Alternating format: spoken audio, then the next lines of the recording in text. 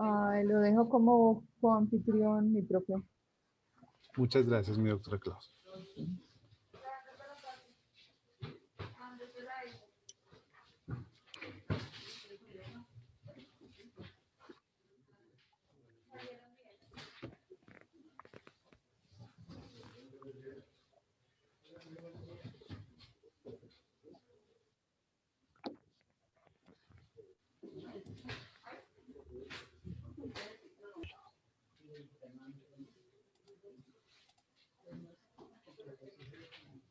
Yesid, acá está, por acá lo veo. Ah, debe estar activando audio, tal vez. Ah, sí. Sí, ya. Sí, yo creo que sí, ya. Yesid, buenos días, un gusto saludarlo. No lo escucha, ahora sí, ya tiene Buenos activado. días. Gracias y qué bueno que nos esté acompañando. Voy a simplemente presentar a la doctora Claudia Altamar, que es nuestra decana del programa de comunicación social de la Universitaria de Colombia. Para nosotros es un placer que nos esté acompañando en este conversatorio y que podamos dialogar un poco sobre el ejercicio del periodismo. Ver una cara tan joven y tan reciente como la suya en los medios, pues de alguna manera es gratificante y motivador de cara a estos nuevos profesionales que muy seguramente el país viene capacitando y pues que bueno, que muy seguramente en el tiempo nos vamos a encontrar en los medios de comunicación. Doctora Claudia, pizarra digital es para usted y para María Paula, entonces adelante, vamos a estar todos atentos al diálogo y a hacer preguntas y a conversar sobre temas del periodismo y de investigación de cara en esta pandemia en la que estamos viviendo. Bueno, pues muchas gracias, mi profe Uriel. Bienvenido, colega, comunicador social y periodista Yesid Lancheros García. Esta es una casa de estudio que le da a usted una cálida bienvenida. Nosotros hacemos una tarea y es seguir formando comunicadores sociales para trabajar por la verdad en este país. Le agradecemos mucho que esté acá con nosotros. Yo quiero resaltar un poco su hoja de vida, decirle que el país le agradece ser agresivo, ser firme, buscar siempre la verdad. Y pues en este día, un homenaje para todos nosotros, simplemente para respirar profundo y tomar aliento para continuar en esta tarea.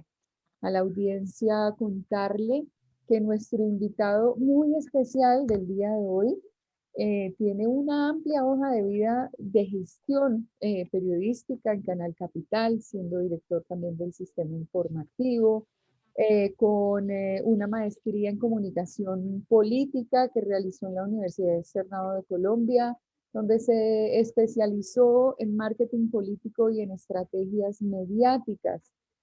Por 12 años, periodista y jefe de redacción de la casa editorial El Tiempo, formó parte del equipo de Enrique Peñalosa, sumándose a este gabinete justamente para hacer este ejercicio de periodismo político.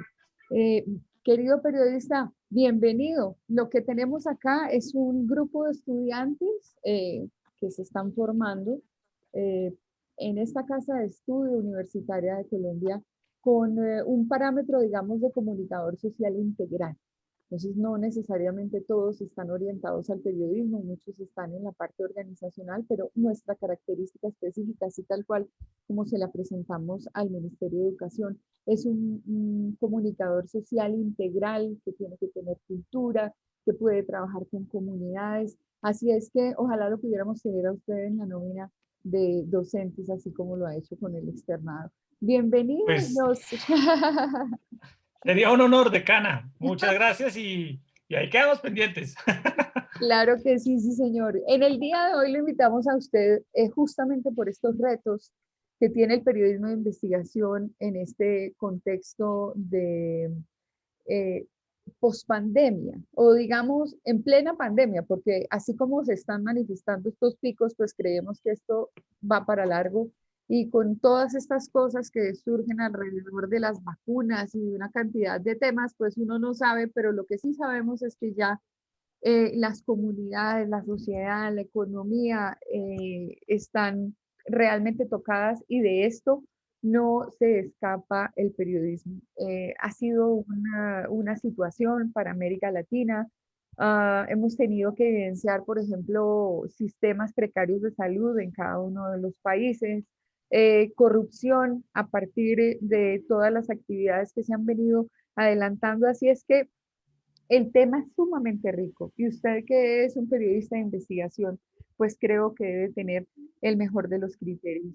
Entonces, pues definitivamente lo dejo con María Paula Herrera, la anfitriona del día de hoy en cuanto a Universitaria de Colombia y usted nuestro invitado especial. Bienvenido, mi querido comunicador. Bueno, mi estimada decana, muchas gracias por tu cálida bienvenida, por tus palabras. Para mí siempre es muy placentero compartir con los estudiantes. He sido profesor en varias universidades y me gusta mucho poder hablar sobre periodismo con los jóvenes, y la felicito, decana, por en un Día del Periodista abrir este espacio con más de 20 jóvenes para hablar sobre la profesión. Eso habla muy bien de la universidad, y cuente conmigo en todo lo que yo pueda ayudar siempre, porque me gusta, me motiva y me estimula bastante, así que estoy listo, decana, para la dinámica que quieran ustedes. Ustedes ponen las reglas y aquí estamos listos. Bueno, ahí se van logueando poco a poco, entre otras cosas, porque nosotros tenemos un esquema modular.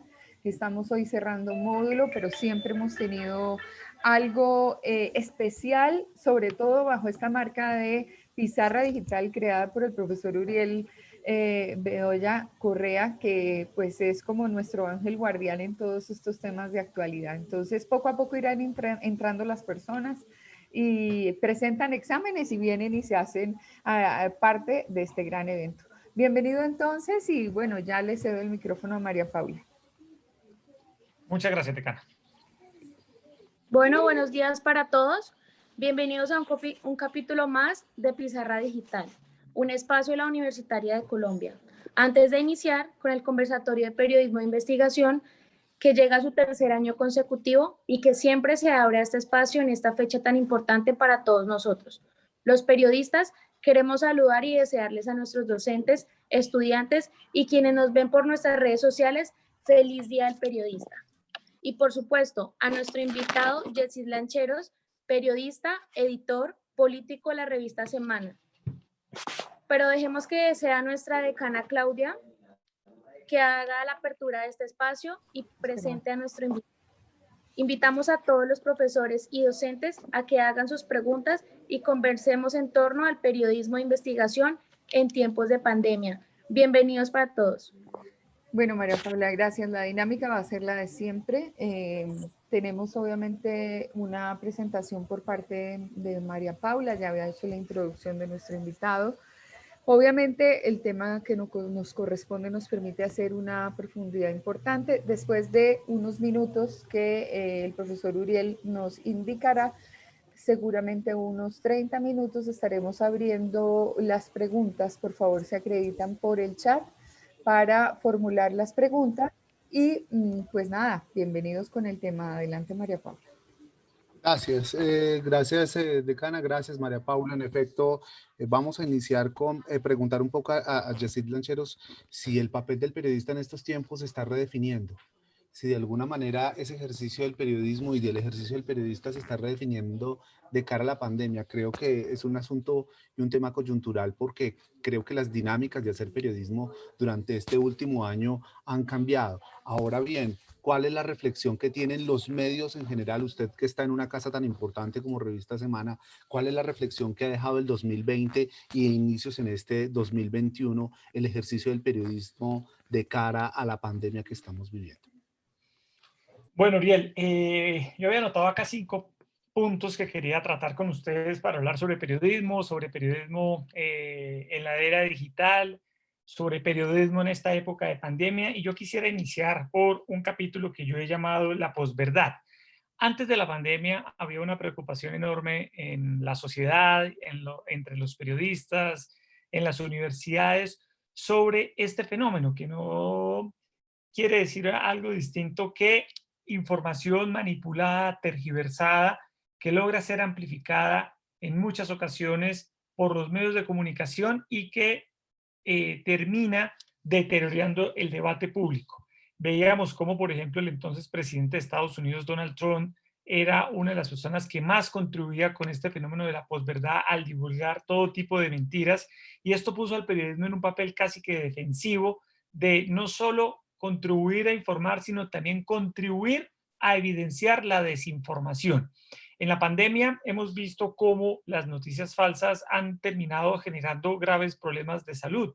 En Colombia y en otros países, al inicio de la pandemia vimos cómo personas con todo tipo de intereses intentaron o trataron, e incluso aún hoy tratan de confundir a la opinión pública con informaciones imprecisas, en su momento sobre el origen del COVID, luego sobre los supuestos medicamentos que había para controlar este virus, posteriormente sobre la vacuna, y el impacto ha sido tal que casi hoy el 44% de los colombianos no quisiera vacunarse, entre otras razones, por los temores infundados que se han divulgado a través de estas noticias falsas. Entonces, yo creo que este fenómeno de la posverdad lo veníamos viviendo antes de la pandemia, con preocupaciones en temas políticos, sociales, y llegó la pandemia y los hemos visto con mucha fuerza en temas relacionados con la salud. Entonces, en primer lugar, hay una reflexión importante sobre el papel de los periodistas en esta época, y es que ya no solo estamos asumiendo un papel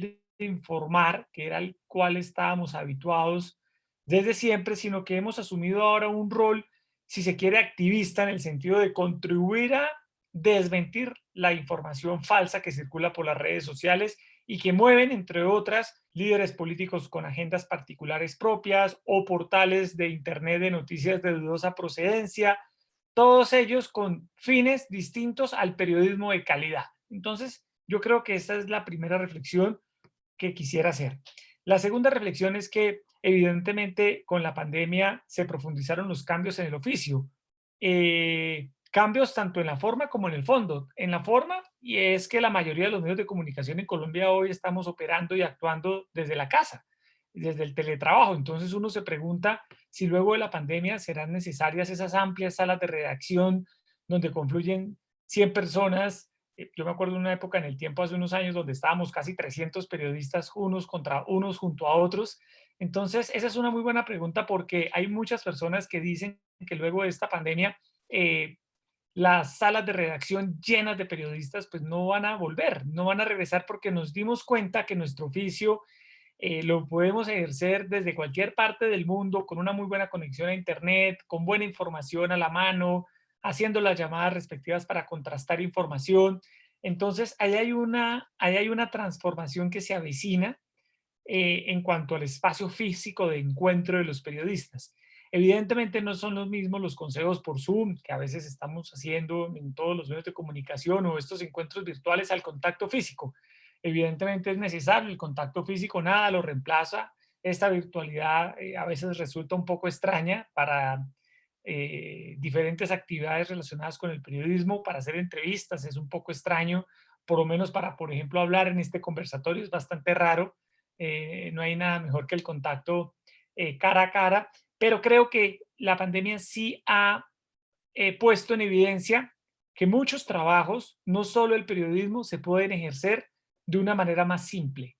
Se van a reevaluar, por ejemplo, las reuniones de trabajo de personas que viajan permanentemente de una ciudad a otra solo para ir a una reunión de trabajo y se regresan el mismo día.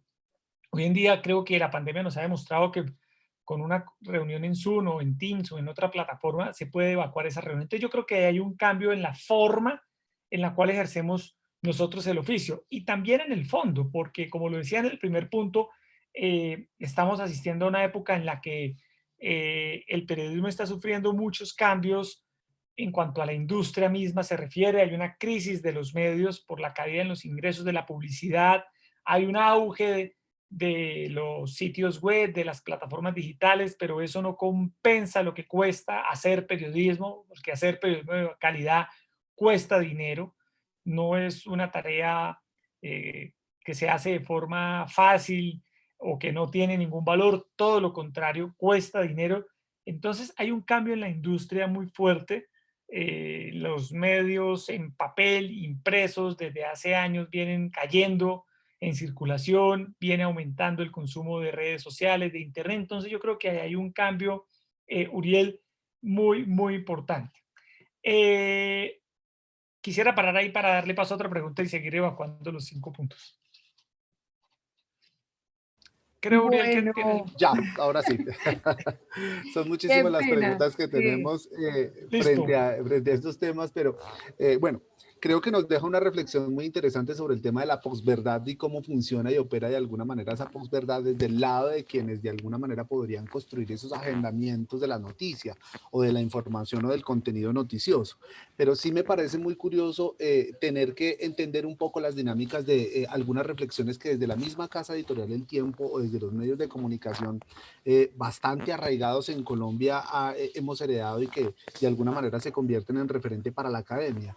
Usted habla de la crisis de los medios de comunicación y lo habla desde el punto de vista de la crisis de la torta publicitaria o del mercado que de alguna manera se tiene que repartir dentro de los medios de comunicación, o la crisis es en el sentido de la profesión per se o por sí sola en efecto. Creo yo, por el tema de las dinámicas de los medios de comunicación, es que estamos migrando de lo tradicional a una era digital, de lo análogo a lo digital. ¿Esa es la verdadera crisis o la verdadera crisis es la repartición de la torta del mercado?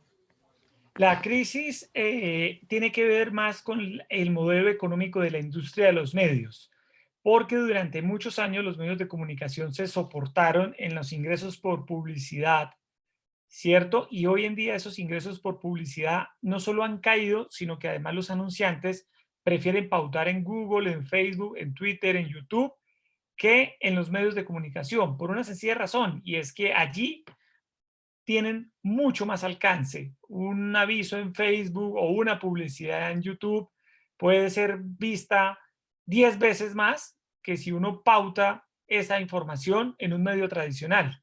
La audiencia global hoy en día no recae en los medios de comunicación. Si uno suma todos los usuarios que consumen prensa en el mundo, no logra llegarle a los 2.000 y más de 2.000 millones de personas que están suscritas a Facebook. Ni siquiera sumando todas las audiencias de todos los medios de comunicación en el mundo se logra una audiencia de esa magnitud. Uno, si fuera el dueño de Facebook, con solo un botón podría uno mandarle un mensaje a 2.000 millones de personas al instante. Es un poder inmenso que no lo tienen hoy los medios de comunicación. Los anunciantes han entendido esa transformación y por eso la mayor cantidad de recursos en materia de publicidad se dirigen hacia estas plataformas. Eso evidentemente ha afectado seriamente los ingresos de los medios de comunicación. Hoy en día todos los medios tienen unos grandes tráficos de usuarios en sus plataformas en Internet. En el caso de la revista Semana, casi al mes pueden entrar 30 millones de personas distintas a revisar las noticias del portal. Es una cifra pues realmente impresionante. Eso es casi más de la mitad del país. El 70%, qué sé yo, de los colombianos. Quiere decir que una vez al mes entran a semana.com, lo mismo en el caso del tiempo.com y en todos los portales. Pero eso no refleja necesariamente que haya un incremento, ¿cierto?, en los ingresos de publicidad digital. Entonces, esa transformación obedece más al modelo de negocio de los medios de comunicación, a la industria en sí misma. Yo recuerdo, por ejemplo, hace 15 años en El Tiempo, nosotros en la sección Bogotá del Tiempo, en días especiales como el Día de la Madre o el Día de los Niños, el 31 de octubre o en vísperas de Navidad, la sección Bogotá del Tiempo era un cuadernillo de casi 20 páginas por la cantidad de anuncios, de avisos publicitarios que había, que pautaban restaurantes, pautaban empresas dedicadas a las celebraciones. Hoy en día, si ustedes ven la sección Bogotá del Tiempo, un sábado, pues no son más de 2, 3 páginas. ¿Por qué razón? Por la caída de los anunciantes, por un cambio en el modelo del negocio que hace que eso cambie. Y evidentemente, pues eso ha repercutido en las salas de redacción. Yo hice parte del equipo de la sección Bogotá del Tiempo hace varios años y éramos 12 periodistas para cubrir Bogotá. 12. Es un equipo grandísimo. Con 12 periodistas hoy en día uno hace un medio de comunicación nacional. Claro. En ese entonces, con solo 12 dedicados a cubrir Bogotá. Nos repartíamos por fuentes, uno pendiente de la policía, otro pendiente del alcalde, otro pendiente de los concejales, otro pendiente de la educación, otro pendiente de la salud. Y realmente el cubrimiento que hacía la sección Bogotá del Tiempo sobre Bogotá era exhaustivo. No, pues, es decir, se caía una hoja y el Tiempo en la sección Bogotá lo sabía. Entonces, eso ha cambiado por todo este ¿Cuál es, cambio en la industria. Yesidi, entonces en ese mismo sentido, para poder cambiar de tema y entrarnos un poco en las dinámicas del periodismo de investigación, ¿cuál será la reflexión desde su punto de vista que ha estado en varias universidades frente al emprendimiento que buscan las universidades para que los jóvenes ahora hagan empresa y constituyan Sí, empresa relacionada con los medios? La Javeriana es quizá la universidad que tiene el programa de comunicación a nivel Suramérica más antiguo, desde el 33, 35 más o menos. La Universitaria de Colombia lo tiene hace 10 años. ¿Cuál es la transformación o la postura que debe de tener la academia frente al emprendimiento de medios de comunicación? Si es sí, que de alguna manera las casas están pensando y reflexionando sobre eso. a mí me parece muy importante que las facultades actualicen sus pensum, sus currículums, porque evidentemente lo que necesitamos hoy en el mercado del periodismo es distinto a lo que necesitábamos hace unos 10 años. Hoy necesitamos periodistas versátiles, rápidos, con contexto, exigentes, más responsables que nunca para poder navegar en este mar de desinformación y de redes sociales, conscientes de su responsabilidad social con este oficio.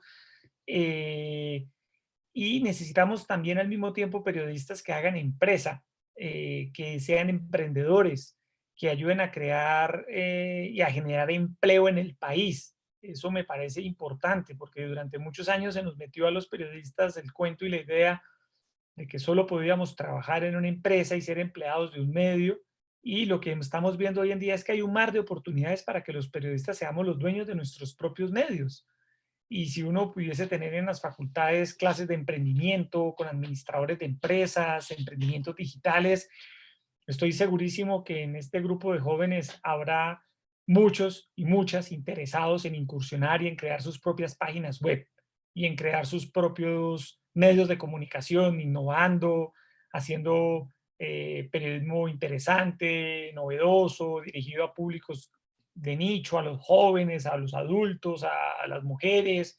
Entonces, yo creo que el futuro del periodismo va, Uriel, hacia eso. Cada vez más medios especializados en nichos. Por ejemplo, en los Estados Unidos, los medios de comunicación recientes que se han creado específicamente para hablarles a nichos. Entonces, revistas para mujeres en embarazo, de calidad, revistas periodísticas de calidad para mujeres en embarazo.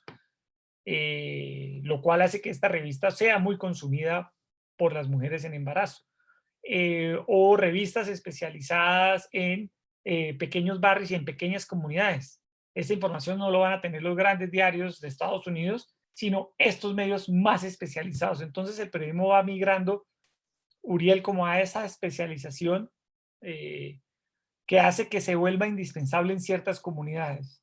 Y si esos medios los pueden crear personas jóvenes, con entusiasmo, emprendedores, con orientación, con apoyo, me parece que es muy, muy, muy, muy, muy positivo para el periodismo, para los jóvenes, para la democracia, para las audiencias. Hay necesidad de hacer mucho periodismo, más que antes. ¿Por qué? Porque hoy en día las redes sociales se convirtieron en una plataforma a través de la cual la gente se informa, pero a veces se desinforma, ¿cierto? Y como los medios perdimos el control de la información que teníamos hace unos años, usted para informarse de una noticia hace 15 años tenía que ver el noticiero a las 7 de la noche mientras comía o mientras almorzaba, o tenía que revisar el periódico cuando le llegara por debajo de la puerta. No tenía otra manera, o prender el radio. Realmente era una costumbre, casi una rutina. Hoy en día usted no necesita ver el noticiero. Yo les pregunto aquí a todos los que están presentes, ¿hace cuánto vieron un noticiero a las 7 de la noche mientras se tomaban el caldito, el chocolatico, bueno, lo que coman, los que hacen dieta, la fruta, bueno, en fin? ¿Hace cuánto? Yo creo que hace muchísimos años nadie hace esa labor. Es más, estoy seguro que los jóvenes aquí presentes nunca lo hicieron. Me imagino que vieron fue a sus papás. Entonces, eso es un Pero el cambio. que está, perdón, unos días, pero el que sí está en el entorno familiar, sí, con los padres comparte el momento de la televisión todavía, porque acá el profesor Todavía. ya dice que la televisión todavía no se va a morir, todavía sigue vigente.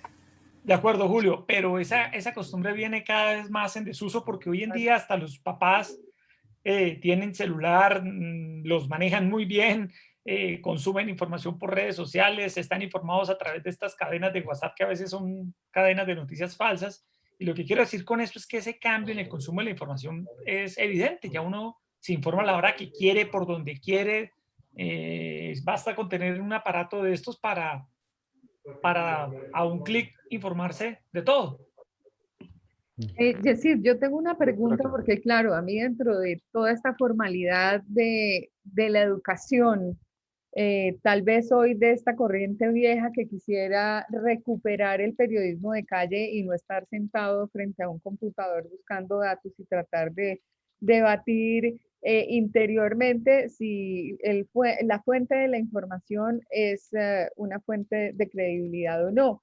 Entonces, en esta virtualidad, ¿cómo volver a las historias que de alguna manera pueden contrarrestar esa desinformación y auscultar en la realidad de nuestras ciudades, de nuestros pueblos? Porque es que es importante hacer esa profundidad. Sí, de acuerdo, decana. Hoy en día los periodistas sobre todo tenemos esa responsabilidad de saber muy bien el grado de responsabilidad que tenemos con nuestro oficio, de consultar las fuentes más idóneas, de contrastar la información. Es que todo este cambio en la industria no nos puede hacer perder de vista el ADN de nuestro oficio, las reglas básicas de la profesión. A veces siento que nos hemos ocupado mucho en las universidades, en los medios, de hablar de la transformación tecnológica, del periodismo digital. Nos ocupamos mucho del aparato, por decirlo de alguna manera, y nos hemos olvidado de esos principios filosóficos, de la esencia del periodismo que hoy son muy necesarios. Contrastar la información, ser éticos, ser responsables, ejercer el periodismo con honestidad, no divulgar información si no está confirmada por lo menos por 2 o más fuentes, hacer reportería en la calle, respetar a las fuentes, ¿cierto? Como todas esas condiciones o todas esas características a veces se parece que se nos han olvidado por estar pendientes de los aparatos y de las plataformas. Entonces yo creo, decana, que esa reflexión que tú haces es muy importante porque nos obliga a pensar también en que es muy importante hoy volver a hablar y volver a hacer énfasis en la esencia básica del periodismo. La esencia básica, los valores que siempre han orientado al periodismo y que lo van a seguir orientando independientemente de si estamos en teletrabajo, si estamos en las salas de redacción, si estamos desde donde lo hagamos realmente. Pues son valores intrínsecos, ¿cierto? No nos podemos despojar de ellos. Tenemos una ética del oficio, así como los médicos tienen una ética médica, hay una ética periodística, hay una ética, hay unas reglas de juego básica para ejercer esta profesión. Entonces, los periodistas no nos podemos olvidar de ellas. Muy bien, Yesid. A ver, se está haciendo periodismo de investigación en Colombia. ¿Estamos haciendo periodismo de investigación o estamos todavía dependiendo de ese asunto de los grandes conglomerados económicos? Todavía no nos hemos podido desligar. Las grandes casas de medios no se han podido desligar de ese conglomerado económico, y creo que vemos periodismo investigativo desde La Liga del Silencio, desde Revista 070, desde Razón Pública, pero parece ser que todavía las grandes casas de medios de comunicación no nos hemos podido desligar para poder hacer periodismo de investigación. No quisiera entrar como en Sí, los detalles, pero por ejemplo RCN no puede hablar de los ingenios azucareros y los líos que tienen los ingenios azucareros. ¿Se está haciendo periodismo de investigación o tenemos que irnos a sí. los márgenes para enterarnos? No, por ejemplo, nosotros en Colombia solemos ser muy dados a autoflagelarnos y a darnos muy duro entre nosotros mismos, pero en el contexto internacional el periodismo colombiano es muy reconocido porque ha sido un periodismo que se ha desenvuelto en condiciones muy adversas. La violencia del narcotráfico, un país con tantos problemas. Entonces aquí los periodistas hemos estado expuestos a situaciones que realmente no son tan usuales en otros países, ¿cierto? Entonces el periodismo colombiano está muy bien rankeado a nivel internacional y sobre todo el periodismo de investigación. Yo creo que en Colombia se hace buen periodismo de investigación.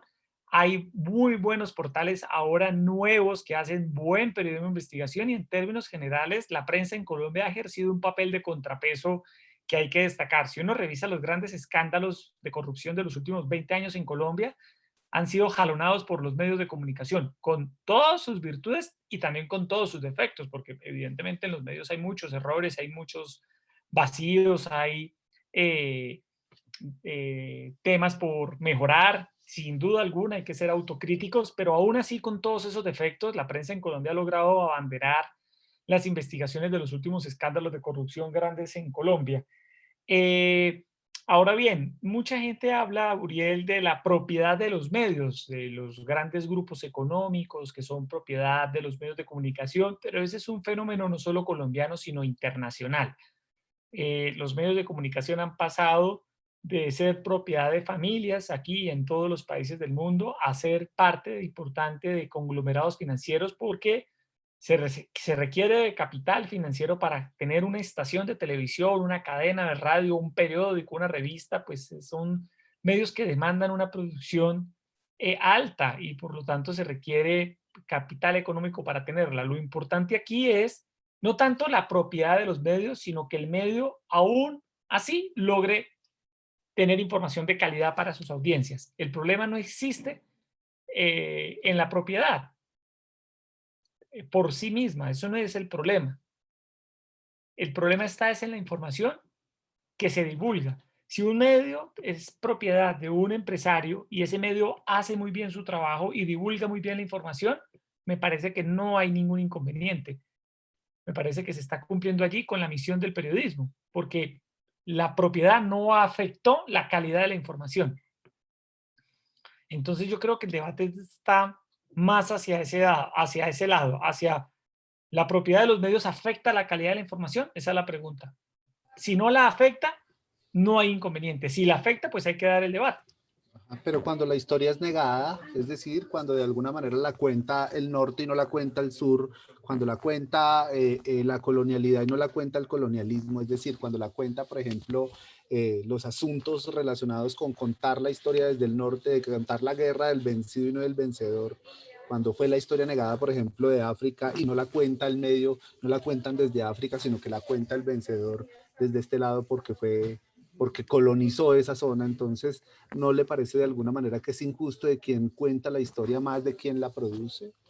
Sí, de acuerdo. Todas las historias tienen el sesgo de quien las cuenta. Puede ser incluso la persona más, entre comillas, ética, moral, idónea, pero siempre habrá un sesgo. Somos seres humanos y no somos objetos, somos sujetos y por lo tanto tenemos una mirada subjetiva sobre los problemas.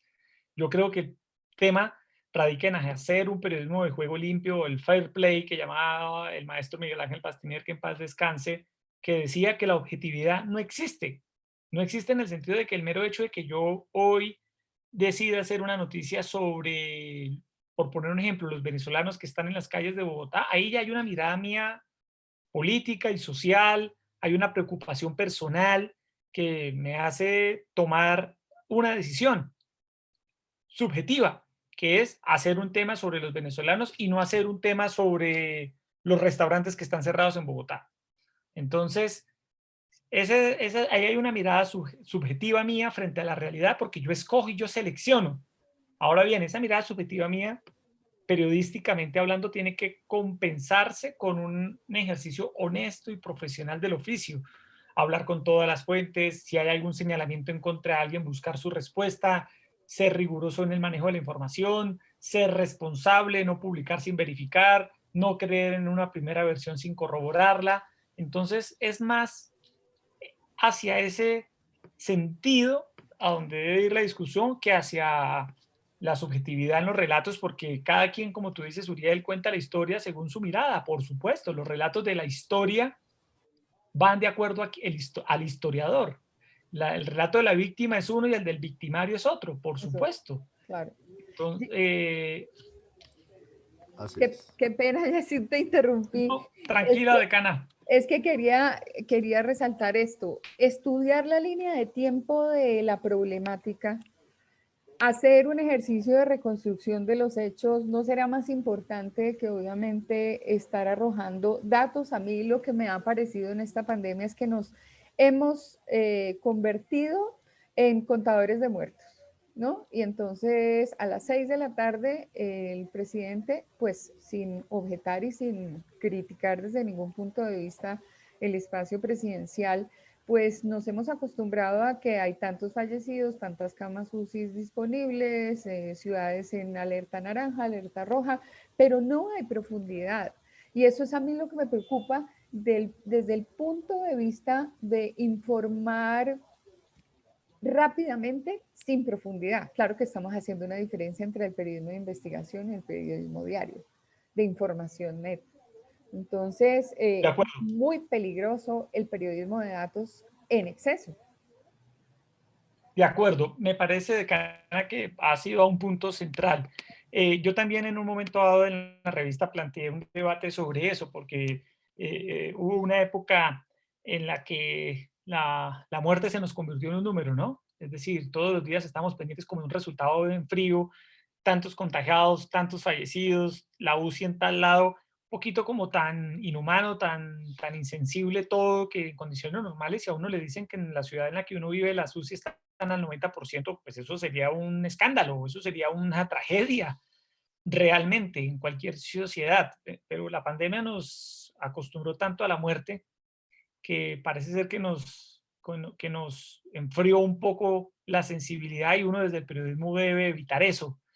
Debe contribuir a que la gente de alguna manera tenga un especial sentido social por los problemas que afrontamos, entre ellos esta pandemia. Y en su momento hicimos unas historias de vida sobre las personas que habían fallecido, y en semana sacamos un especial, hablamos con sus hijos, con sus familiares, con sus madres, con sus padres, con sus abuelos, para reconstruir las historias de varios colombianos que murieron por la pandemia.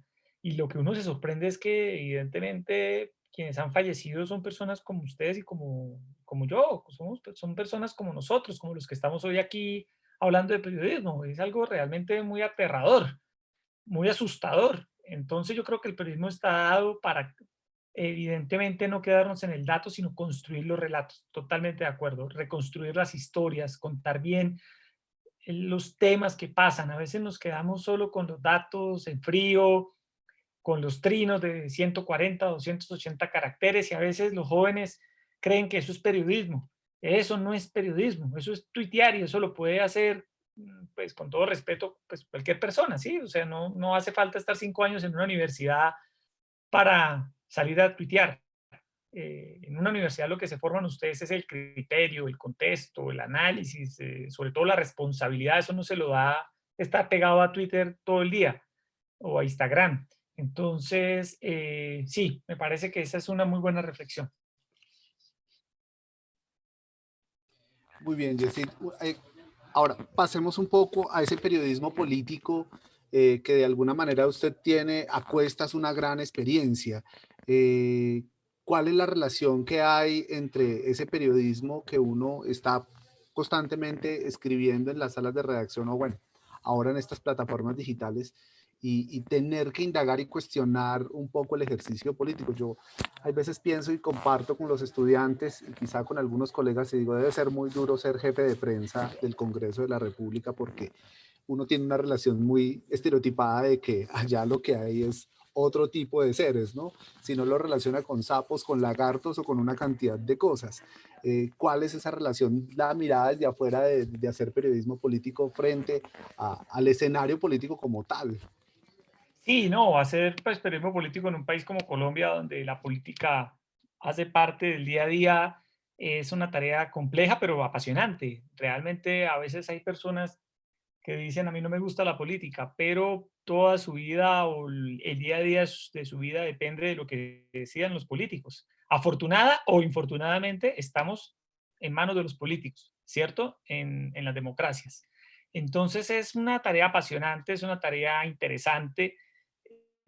Voy a decir algo impopular, y es que la gente tiene una mala imagen de los políticos a veces de forma injusta, a veces y de ciertos políticos. A veces se generaliza a todos los políticos como ladrones, vagos, corruptos, que no hacen nada. Sí, se ha generado como una especie de como de linchamiento de los ciudadanos hacia los políticos. Los medios hemos propiciado eso, ¿cierto? Hablar bien de los políticos a veces es un poquito mal visto, ¿cierto?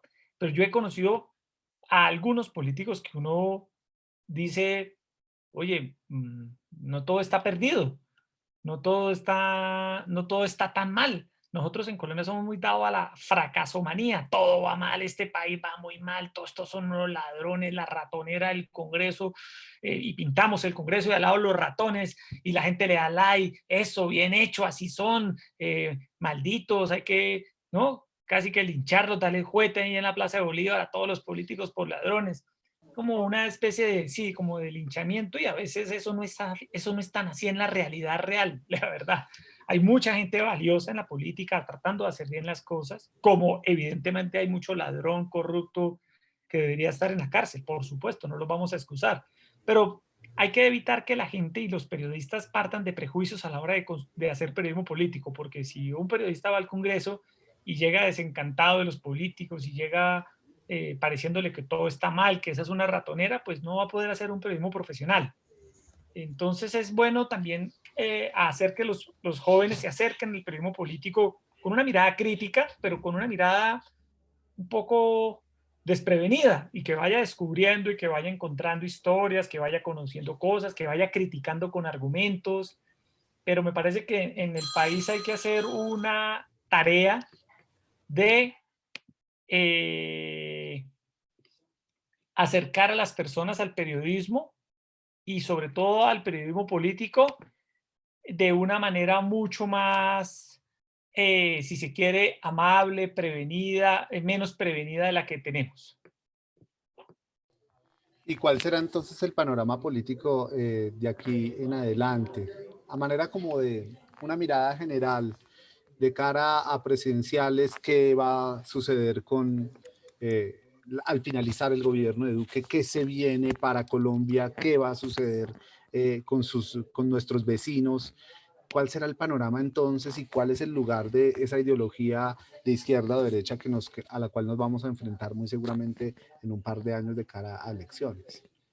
Sí, Según no, tu experiencia.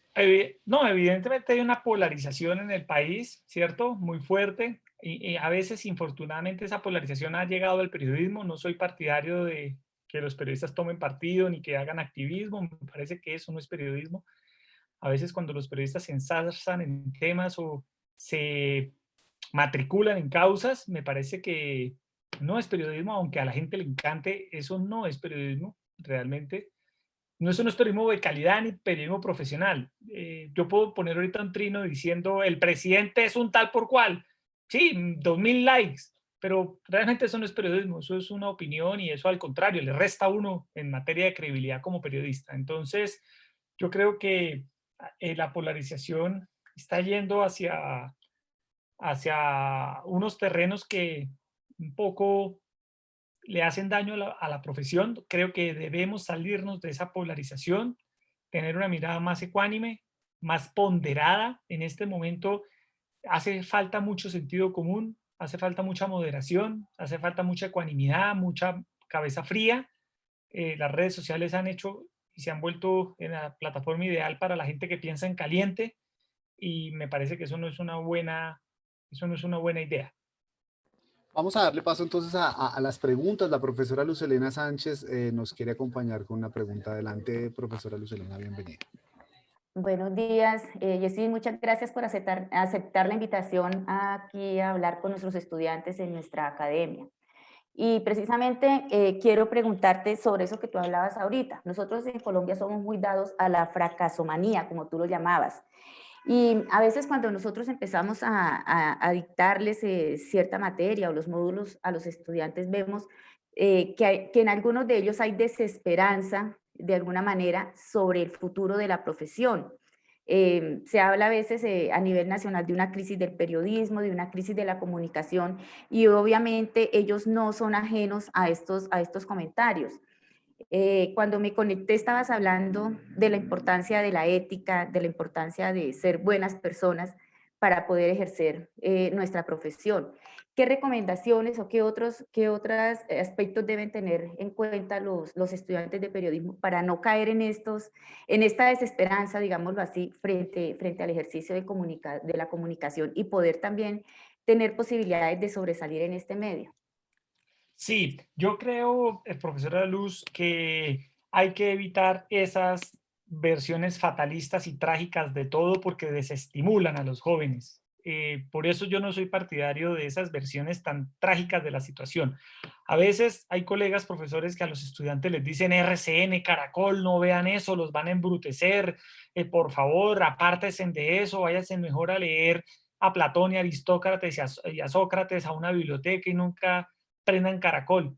Me parece que son malos consejos, realmente me parece que no son consejos idóneos ni adecuados, me parece que son consejos muy emocionales, no son racionales, y eso lo que ocasiona es que los estudiantes tengan una prevención absoluta frente a los medios y que terminen detestando su carrera y su profesión y su oficio y nunca la conocieron, que es lo peor.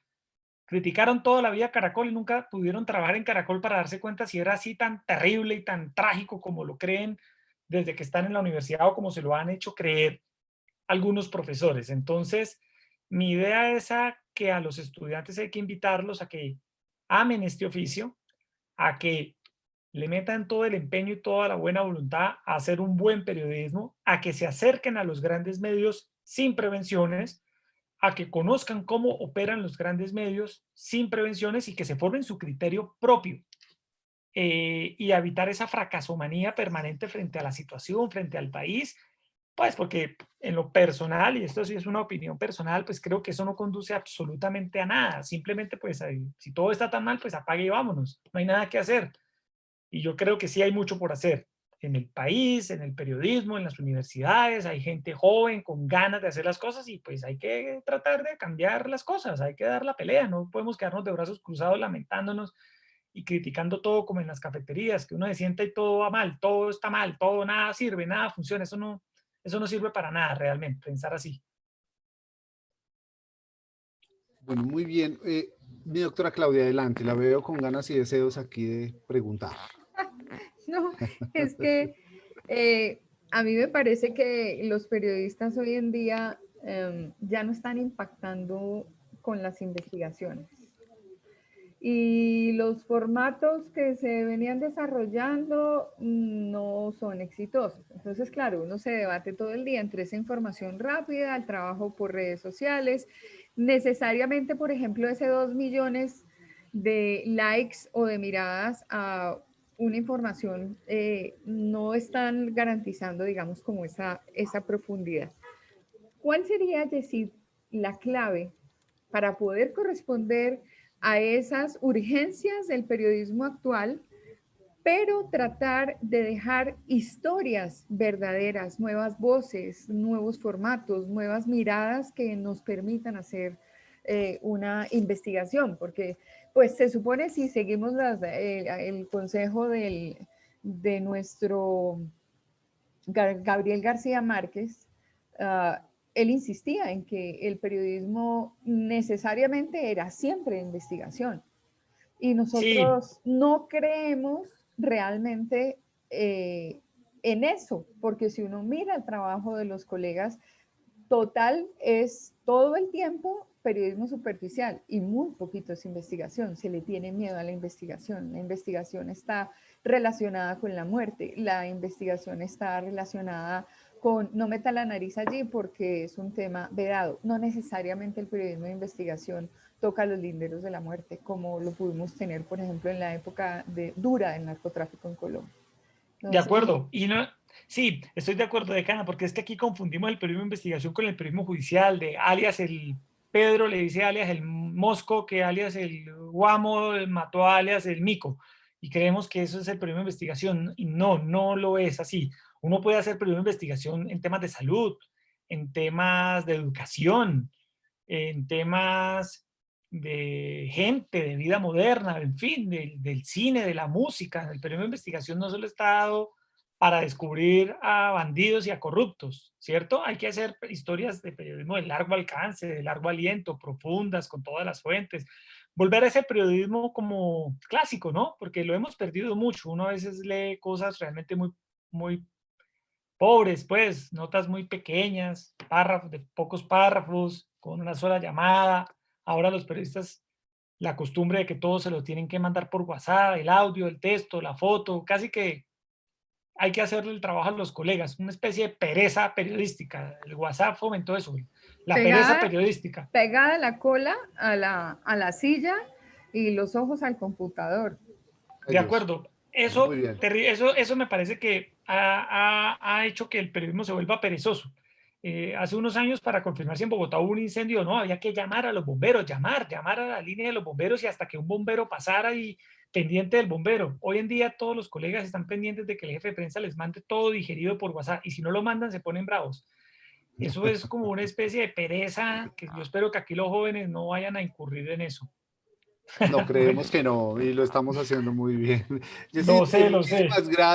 Muchísimas gracias por este tiempo tan injusto que tenemos con usted y por esta gran labor periodística que nos comparte hoy. Mi doctora Claudia, llegamos ya a cerrar y agradecerle a Yesid por este espacio y esta hora que nos ha compartido con nosotros. Sí, Muchas señor. gracias. Qué pena, mi profe Uriel, de manera rápida, usted sabe que nosotros siempre estamos invitando a nuestros espacios a las otras facultades y tenemos al decano de Ingeniería Industrial que está con nosotros, que es el ingeniero Juan Alberto Vargas, y él quería hacer una precisión. Pues, ingeniero Juan Alberto, antes de que... le prendieron la licuadora. Discúlpame un segundo, por favor. Antes. Sí, señor, él seguramente no tenía. Pues antes de que intervenga el ingeniero Juan Alberto, que es el decano de Ingeniería Industrial, siempre muy pendiente de los procesos de comunicación, porque le gusta más nuestra facultad que la de Ingeniería. Entonces, pues no, Yesid, yo pues sí quiero agradecer este espacio muy querido tú de compartir con nuestros estudiantes, este espacio creado por el profe Uriel Bedoya que se llama Pizarra Digital para el programa de comunicación social.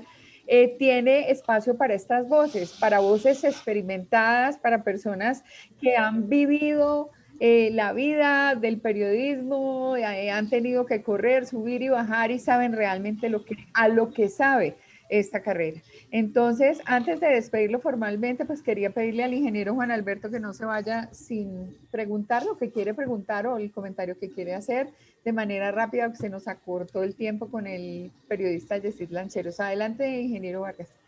Doctora Claudia, a Yesid Lancheros, muchas gracias por estar con nosotros, a la profe Luz Helena, al profe Uriel.